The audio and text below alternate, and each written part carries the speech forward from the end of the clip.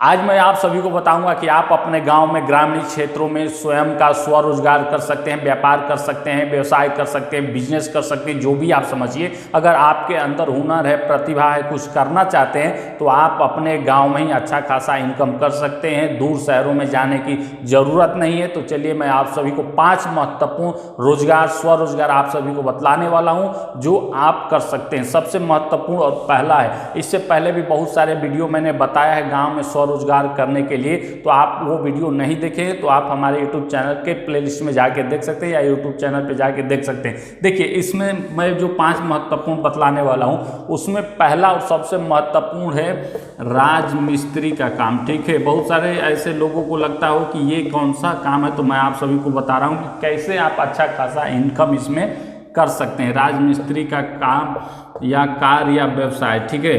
बहुत सारे ऐसे लोग होते हैं जो शुरुआती दिनों में मजदूर का काम करते हैं, फिर किसी अच्छे मिस्त्री के साथ वो रह के अनुभव के आधार पे राजमिस्त्री का काम सीख जाते हैं। या बहुत से लोग होते हैं जो शहरों में राजमिस्त्री का ट्रेनिंग भी होता है, वहाँ से भी सीख कर आते हैं। तो राजमिस्त्री का काम आप बेहतर तरीके से आप जानते हैं, तो गाँव में आप सभी को अच्छा खासा काम मिल सकता है। मैं अपने गाँव की बता रहा हूँ कि एक राजमिस्त्री था, इतना मतलब वो पॉपुलर प्रसिद्ध हो गया कि कोई भी अगर घर बनवाना चाहता था तो उसी राजमिस्त्री से संपर्क करता था। लेकिन वो राजमिस्त्री का क्या हुआ, किस्मत अचानक बदला कि गांव वाले जो लोग थे वो शहरों में जमीन लेकर घर बनाने लगे।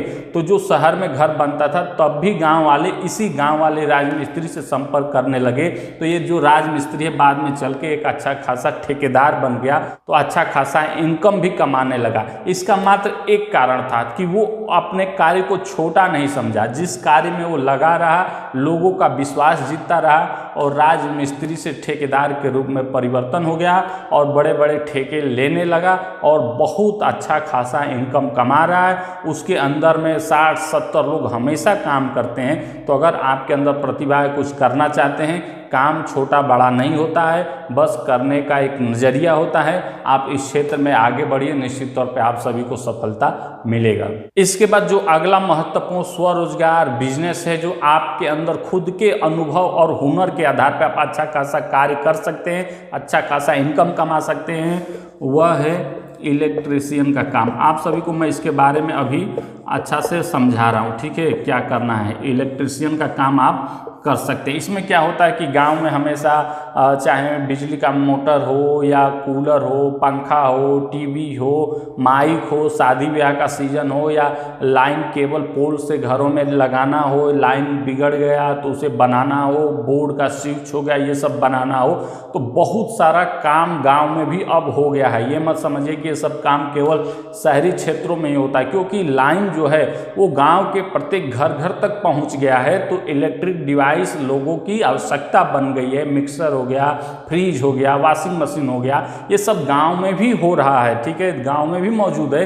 तो ये बिगड़ेगा, इसे बनाने के लिए मिस्त्री चाहिए। शहरों से लोग दूर से बुलाते हैं तो उनका खर्च ज़्यादा पड़ जाता है। इसलिए अगर आपके अंदर हुनर है, आप इस क्षेत्र में काम कर रहे हैं, जानकारी है, तो निश्चित तौर पे लोग आप पे विश्वास करेंगे, आपके काम पे विश्वास करेंगे, तो अच्छा खासा इनकम भी होगा। इलेक्ट्रीशियन का आप काम करिए। अब तो गाँव में लोग अपने घरों में वायरिंग भी करा रहे हैं, तो इसलिए घबराना नहीं है। शादी ब्याह के सीजन में भी आप सभी को इलेक्ट्रीशियन के काम पड़ता है सजावट के लिए। तो आप अगर इस क्षेत्र में काम करना चाहते हैं तो निश्चित तौर पे आपको अच्छा खासा इनकम होगा। इस क्षेत्र में आप आगे बढ़िए, काम छोटा या बड़ा नहीं, बस सोचने का नज़रिया बड़ा करिए। इसके बाद जो अगला महत्वपूर्ण रोजगार, व्यवसाय, बिजनेस जो भी आप कहें गाँव में आप कर सकते हैं, वह है हलवाई का कार्य या दुकान या व्यवसाय जो करिए, ठीक है। इसमें क्या होता है कि लोग शादी ब्याह में तो हलवाई को पूड़ी बनाने के लिए, सब्जी बनाने के, मिठाई बनाने के लिए बुलाते हैं। जब गांव में लड़की का विदाई होता है तो उस समय भी मिठाई बनाने के लिए बुलाते हैं। या आपका दुकान है, व्यवसाय है, कोई मेहमान आ गया तब भी मीठा खरीदते हैं लोग। यानी कि हलवाई का काम भी काफ़ी अच्छा खासा है, आप इनकम कमा सकते हैं। डेली आप शाम को अपने दुकान पे समोसे का बेचिए, लौंग लाता बेचिए, जलेबी बेचिए, गोलगप्पा बेचिए, ये भी काफ़ी ज़्यादा डिमांड है। गांव में लोग खाने वाले हो गए। ब्रेड पकौड़ा आप बना के बेचिए। यानी कि इससे संबंधित जितने भी काम है आप करिए, निश्चित तौर पे आपको सफलता मिलेगी। आप देखेंगे कि अच्छा खासा इनकम भी इसमें होगा।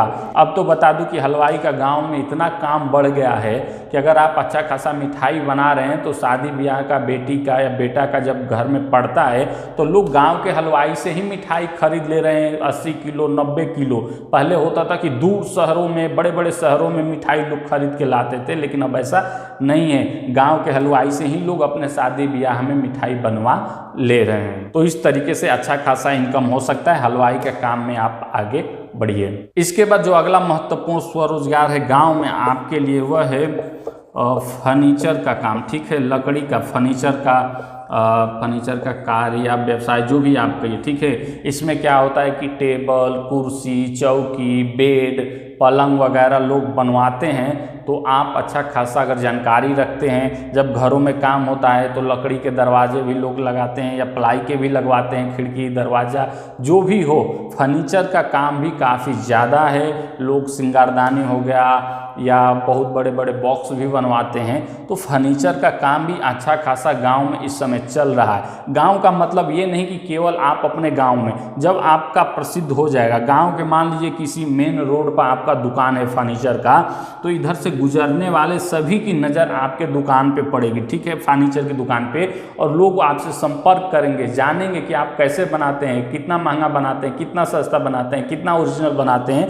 तो जब उनको विश्वास हो जाएगा तो आपसे वो सामान खरीदेंगे। ये मत सोचिए कि हम केवल दुकान खोल देंगे फर्नीचर का तो हमारे गांव में तो छोटी सी आबादी है, कौन खरीदेगा इतना, ऐसा नहीं है। आप दुकान ऐसी जगह पे खोलिए जहां पे आवागमन ज़्यादा हो। इस तरीके से आपका जो दुकान है वो अन्य लोगों के नज़र में भी आएगा, तो बुकिंग बाहर से भी होगा, तो अच्छा खासा इनकम इसमें भी होता है। इस तरीके से आप फर्नीचर के क्षेत्र में आगे बढ़ सकते हैं, अच्छा खासा इनकम इसमें होता है। इसके बाद जो अगला महत्वपूर्ण है वह है पांचवा, मान लीजिए आपके हुनर पर निर्भर करता है, हेयर सैलून का दुकान या कार्य व्यवसाय बिजनेस जो भी कहिए। ये इसलिए मैं कह रहा हूँ कि मान लीजिए कि केवल बाल कटाना, दाढ़ी बनवाना तक ही सीमित नहीं है। हेयर सैलून में लोग इसमें मसाज कराते हैं, फेशियल कराते हैं, विभिन्न प्रकार के बालों में डिजाइन कटवाते हैं, दाढ़ी भी डिजाइन कटवाते हैं, तो इनका शुल्क अधिक बढ़ जाता है। इसलिए ऐसा नहीं है कि गाँव में लोगों की संख्या कम है, बाल कौन कटवाएगा। अब तो बाल कटाने का 30 से 40 रुपया लग रहा है, दाढ़ी बनाने का भी काफ़ी महंगा हो गया, फेशियल मसाज कराते हैं तो 100-150 रुपया ले लेते हैं। तो इस तरीके से आप अच्छा खासा इनकम कर सकते हैं। इसमें ज़्यादा कुछ लगाना नहीं होता है, बजट कम होता है, इनकम ज़्यादा होगा।